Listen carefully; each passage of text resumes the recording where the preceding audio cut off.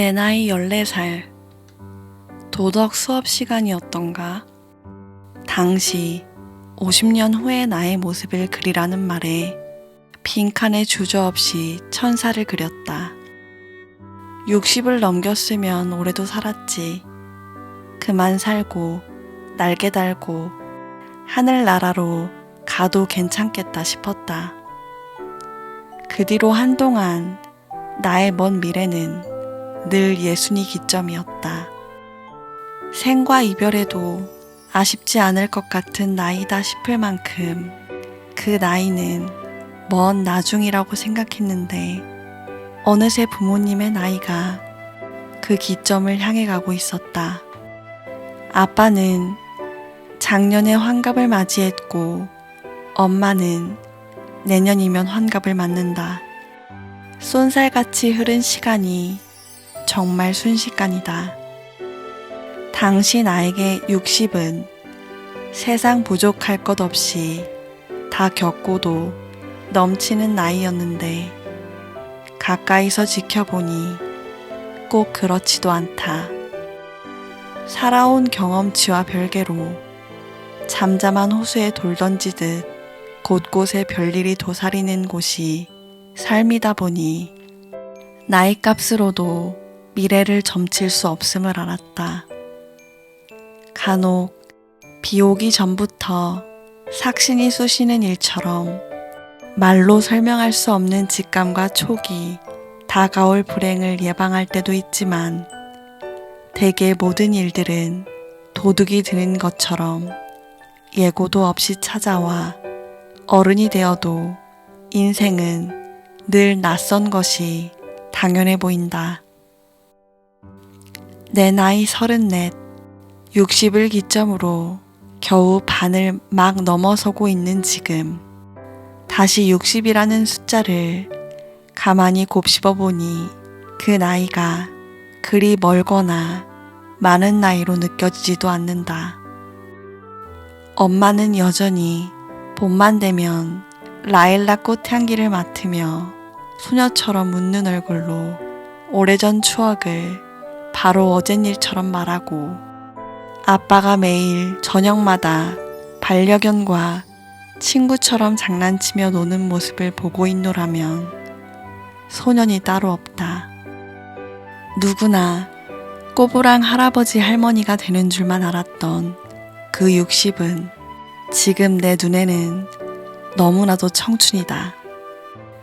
60 평생을 살면 손에 굳은 살이 배기는 일처럼 마음도 초연해지는 무엇이 있을 줄 알았는데 여전히 소녀다움과 소년스러움을 간직한 부모님을 보니 마음은 시간과 반비례하는 듯하다.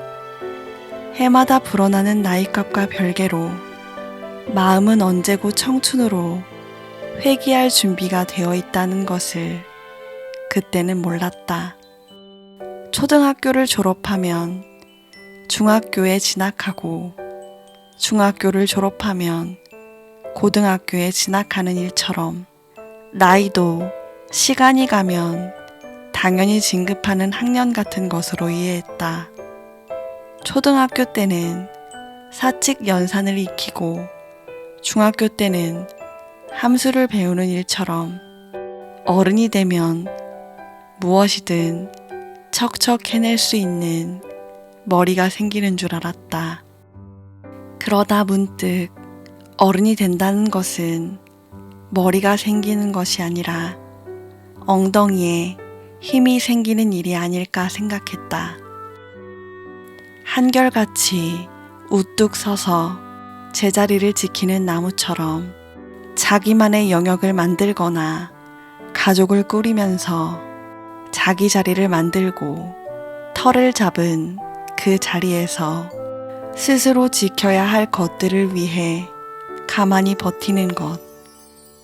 그렇게 나와 함께 살아가는 상대를 지키기 위해 자신이 앉은 자리를 굳건히 하는 것이 진짜 어른이 되어가는 과정이 아닐까 싶다. 저마다 자신의 울타리를 만들고 가정을 꾸리면서 지켜야 할 것들을 온전히 지켜내기 위해 어른이 되기를 마다하지 않는 것일지도 모르겠다.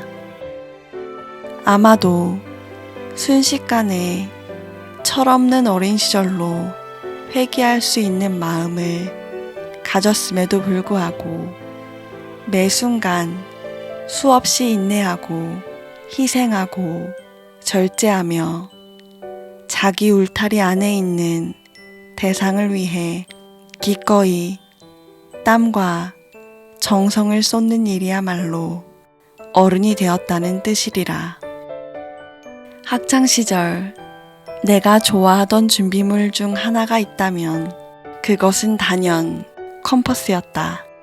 수학적인 머리는 젬병이지만 문제의 답을 구하는 일과는 별개로 컴퍼스만 있으면 무엇이든지 동그란 원을 그릴 수 있다는 사실에 홀딱 마음을 뺏겼다. 갑자기 컴퍼스 이야기를 하는 이유는 나에게 가족이 삶의 꼭지점이자 나를 둥글게 감싸 안아 지켜주는 원 같았기 때문이다. 어릴 적 나에게 동그라미만큼 매력적인 것은 없었다. 고백컨대 14살 그 무렵 천사를 그려넣은 또 다른 이유는 천사 머리 위에 달린 동그란 링을 동경해서였다. 매일이 코너에 몰려 사각 링 안에 갇힌 것 같은 일상이라 더 그랬다. 어릴 적 내 주변 세상은 온통 사각형 투성이었다. 칠삭동이 미숙아로 태어나 뇌성마비를 앓으며 병실 안에서 처음 마주한 창틀 밖 세상도 사각, 하루 3번 근육 이완 주사를 가지고 드나드는 문도 사각, 휠체어가 없이는 걷지 못할 때 배가 고픈 건지 마음이 고픈 건지 알 수 없는 허기가 들 때마다 눈앞에 놓이는 배식판도 사각, 온통 사각형으로 가득 찬 세상에서 자꾸 귀퉁이로 밀리는 듯해 툭하면 마음이 쿡쿡 쑤셨다. 6살 무렵 기적처럼 걷게 되었는데도 여전히 깍두기 신세를 면치 못할 때, 그리고 그 깍두기마저 네모라는 것을 알았을 때, 컴퍼스 하나면 거뜬히 원을 만들 수 있다는 사실에 모났던 마음까지 둥그러지는 듯 했다. 컴퍼스를 쓸 때 가장 중요한 것은 꼭지점을 잘 찍는 일이었다.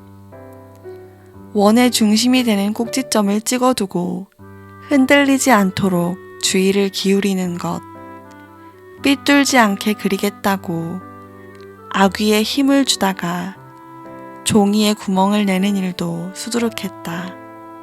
그래도 잘 그려진 원을 보면 유난히 기분이 좋았다.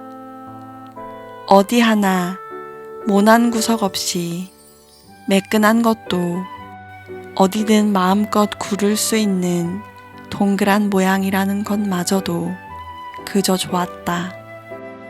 시간이 흘러도 시들지 않는 소년 소녀 같은 마음을 기꺼이 누르고 부모의 무게를 가만히 견디는 엄마와 아빠의 마음이 컴퍼스의 꼭지점과 닮았다.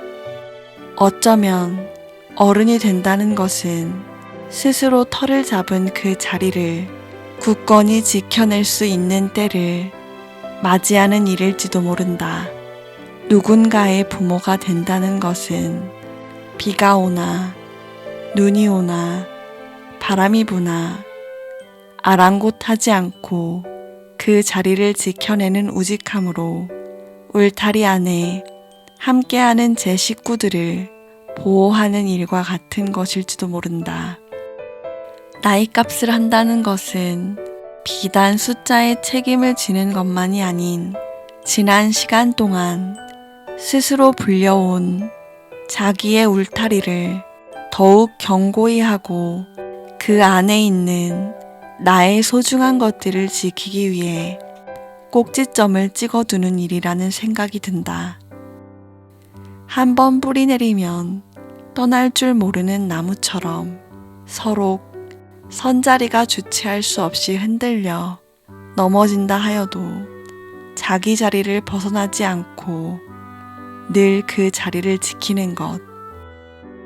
여기까지 생각이 미치니 언제나 제자리에서 모자람 없는 사랑으로 마음에 든든한 양분을 주는 부모님에게 감사할 따름이다. 나에게 엄마 아빠라는 꼭지점이 없었다면 나는 수없이 흔들리는 삶을 살았을지 모른다. 지금의 방점을 찍고 옛날을 추억하며 이런 글을 쓸 수 있는 것조차 부모님 덕분이라고 해도 과언이 아니다. 존재만으로도 든든하리만큼 제 자리를 지켜준 덕분에 나 역시 쉽사리 흔들리지 않을 수 있었고 가뭄 들듯한 떼약볕에도 버석하게 메마른 마음이 아닐 수 있었음을 결국 지금 내 손에 있는 이 모든 것이 내 소중한 가족 덕분이라는 사실을 또 하나 배워간다. 손 닿을 가까운 곳, 저기 내 행복이 우뚝 서 있다. 안녕하세요. 담쟁이 켈리입니다. 이 글은 제가 2년 전에 썼던 일기인데요. 여기에 나와 있는 것처럼 저희 아버지가 환갑을 맞이하시고 또 2살 터울의 저희 어머니가 바로 1년 후에 환갑을 앞두고 계셨던 그 시기에 여러 가지 만감이 교차해서 써봤던 에세이를 읽어드렸습니다. 시간이 참 빠른 것 같아요. 이게 벌써 2년 전이라니.